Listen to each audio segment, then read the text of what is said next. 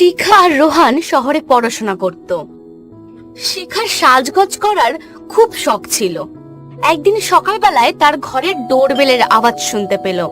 শিখা দরজা খুলে দেখলো, ও নিচে দেখলো যে মাটিতে বিউটি পার্লারের একটা কাগজ পড়ে আছে, আর নতুন গ্রাহকদের জন্য 50% অফ ছিল। রোহান, ঘরের সামনে যে নতুন বিউটি পার্লারটা খুলেছে না, ওখানে যাচ্ছি। আমার ওখান থেকে ফিরতে একটু সময় লাগবে। মানে ম্যাডাম 3-4 ঘন্টার আগে বাড়ি ফিরবেন না? রোহানের মজার কোনো উত্তর না দিয়ে নিজের পার্সটাকে নিয়ে ওখান থেকে বেরিয়ে গেল। পার্লার বাইরে থেকে খুবই সুন্দর লাগছিল, কিন্তু শিখা ওখানে কোনো গ্রাহককে দেখতে পায়নি। আমি তো ভাবলাম এখানে এত ডিসকাউন্টের জন্য প্রচুর ভিড় হবে। আমার মনে হয় লোকজন এই ব্যাপারে বেশি জানে না। তার আগে লোকেদের ভিড় হওয়া শুরু হোক, আমার ফেসিয়ালটা করে নেওয়া উচিত। আর তখনই পার্লারের ভেতর থেকে এক রাক্ষসী শিখাকে দাঁড়িয়ে থাকতে দেখে নেয়। যাই হোক, আমার প্রথম গ্রাহক চলেই আসলো। আজ আমি এই মেয়ের এমন মেকআপ করব যেটা দেখে সবার হোশ উড়ে যাবে। রাক্ষসী এক সুন্দর মহিলার রূপ ধারণ করে নেয় আর পার্লার থেকে বাইরে এসে শিখার কাছে আসে। ম্যাডাম, আপনাকে আমার পার্লারে না না আমাদের পার্লারে আসার জন্য স্বাগত। আমার নাম নীনা। চলুন ভেতরে চলুন। আমি আপনার এমন ফেসিয়াল করব আপনাকে একদম হিরোইনের মতন লাগবে। আরে বাহ, এত ভালো ফেসিয়াল করেন আপনি। আরে একবার তো আপনি ভেতরে আসুন, তারপর দেখুন কি কি করি আমি। শিখা যখনই পার্লারের ভেতরে আসে আরো দেখে যে ওই পার্লারে ওই মহিলা ছাড়া আর কেউ নেই। এর ফলে শিখা একটু চিন্তিত হতে থাকে। ও একটু সাহস করে মিনাকে জিজ্ঞাসা করে, কি আপনি এখানে একাই কাজ করেন? আরে না না, আরো লোক আছে যারা এখানে কাজ করে। আসলে ওরা একটু কাজের জন্য বাইরে গেছে, কিছুদিনের মধ্যে ফেরত চলে আসবে। এইটুখানি বলেই ওই রাক্ষসী শিখাকে ভেতরে নিয়ে যায় আর চেয়ারে বসার জন্য বলে। শিখা রুমের মধ্যে দেখে একটা পুরনো আয়না রাখা, আর টেবিলের মধ্যে চমকানো মেকআপ বক্স রাখা ছিল, যেখান থেকে ওই রাক্ষসী মেকআপের জিনিস বার করতে লাগলো। ম্যাডাম, আপনি আপনার চোখটা বন্ধ করে নিন, কারণ কি আমি আপনার ফেসিয়াল শুরু করব। শিখার চোখ বন্ধ করার পর ওই রাক্ষসী নিজের আসল রূপে চলে আসে আর ওর চেহারায় ক্রিম লাগাতে থাকে। আর কিছুক্ষণ পর শিখার ওই রাক্ষসীর হাতটা অনুভব করতে থাকে। আরে বাপরে, এত কড়া হাত! মিনা, আমার কেমন লাগছে, এটা কি আমার মুখ থেকে সরাও। রাক্ষসী শিখার কোনো কথার উত্তর দিল না, আর এটাকে শুনতে পেরে না মনে করে নিজের মতন মেকআপ করতে থাকলো।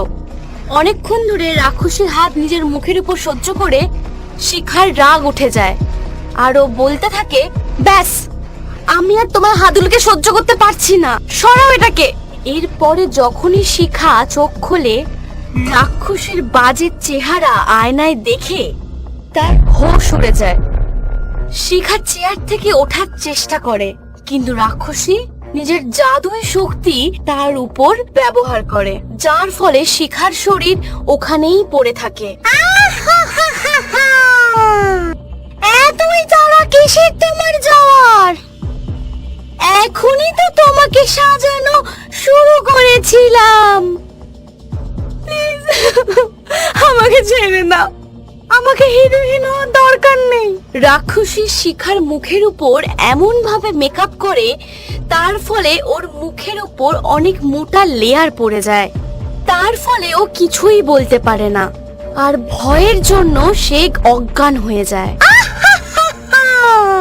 ভালো হয়েছে ও অজ্ঞান হয়ে গেছে, আর আমি ভালো করে ওর মেকআপ করতে পারবো। রাক্ষসী শিখার মেকআপ করতে করতে অনেক সময় লাগিয়ে দিল। আরেকদিকে শিখার ঘরে রোহান ওর বোন অনেকক্ষণ বাড়িতে না ফেরার ফলে ও চিন্তিত হয়ে পড়ে। ও ওকে ফোনও পর্যন্ত করে, কিন্তু শিখা কোনো জবাব দেয় না। শিখা তো বলেছিল যে সে 3-4 ঘন্টার মধ্যেই চলে আসবে, কিন্তু এখন তো সন্ধে হতে চললো। ওর কোনো বিপদ হলো না তো? আমাকে এক্ষুনি খুঁজতে হবে ওকে গিয়ে। তখনই রোহান ঘরের মধ্যে ওই বিউটি পার্লারের কাগজটা দেখতে পেল। কাগজে লেখা ঠিকানায় পৌঁছে যায়। পার্লারের ভেতরে যেতেই রোহান দেখল ওখানে কেউ নেই, আর ভেতরে খুবই অন্ধকার। আর তখনই একটা রুম থেকে কিছুটা আলো দেখতে পেল। শিখা নিশ্চয়ই ভেতরে আছে। ঘরের ভেতরে রাক্ষসী শিখার মেকআপ করতে দেখে তার হোশই উড়ে গেল। ও শিখাকে ডাকছিল। শিখা, এক্ষুনি এখান থেকে পালাও। ও পার্লারের কোনো মেয়ে নয়, ও একটা রাক্ষসী। কিন্তু শিখা অজ্ঞান হওয়ার কারণে রোহানের কোনো কথার জবাব দেয় না। রোহান রাক্ষসের সাথে ভয় পেতে পেতে কথা বলে। তুমি আমার বোনের সাথে কি করেছো? আমি তোমাকে রিকোয়েস্ট করছি ওকে ছেড়ে দাও। তার বদলে তুমি যা চাও আমি তোমাকে তাই দেবো। আইডিয়া তো বাজে নয়। আমার কাছ থেকে মেকআপ নেওয়ার জন্য এবার তুই রেডি হয়ে যা। রাক্ষসী শিখাকে নিচে ফেলে দেয় আর রোহানকে হাওয়ায় উড়িয়ে চেয়ারে বসিয়ে নেয়।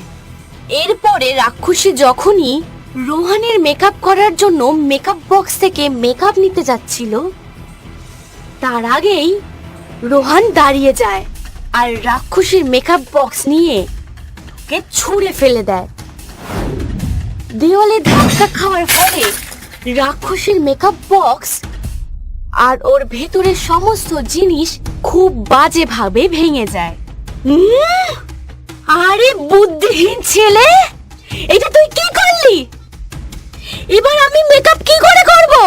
এরপরে রাক্ষসী ব্যথায় চিৎকার করতে থাকে আর ওখান থেকে হাওয়া হয়ে যায়। রাক্ষসী চলে যাওয়ার পর শিখার চেহারার মেকআপ পুরোপুরি গায়েব হয়ে যায় আর ওর জ্ঞান ফিরে আসে। ভাই, ভালো হয়েছে তুই এখানে এসে বাঁচিয়ে নিয়েছিস। আমাদের এখান থেকে তাড়াতাড়ি পালিয়ে যাওয়া উচিত। ওই রাক্ষসী আমাদের মেরে ফেলবে। তুমি চিন্তা করো না, এখানে কোনো রাক্ষসী নেই। শিখা তার আশেপাশের ঘরে দেখে, কিন্তু এই রাক্ষসীকে কোথাও দেখতে পায় না। রোহান, রাক্ষসী তো এখানেই ছিল, কিন্তু কোথায় চলে গেল? এখানে কি হয়েছিল আসলে? চলো এবারে ঘরে ফিরি, আমি তোমাকে রাস্তায় সব খুলে বলবো। এইটুখানি বলে তারা বিউটি পার্লার থেকে নিজেদের ঘরের দিকে যেতে থাকে।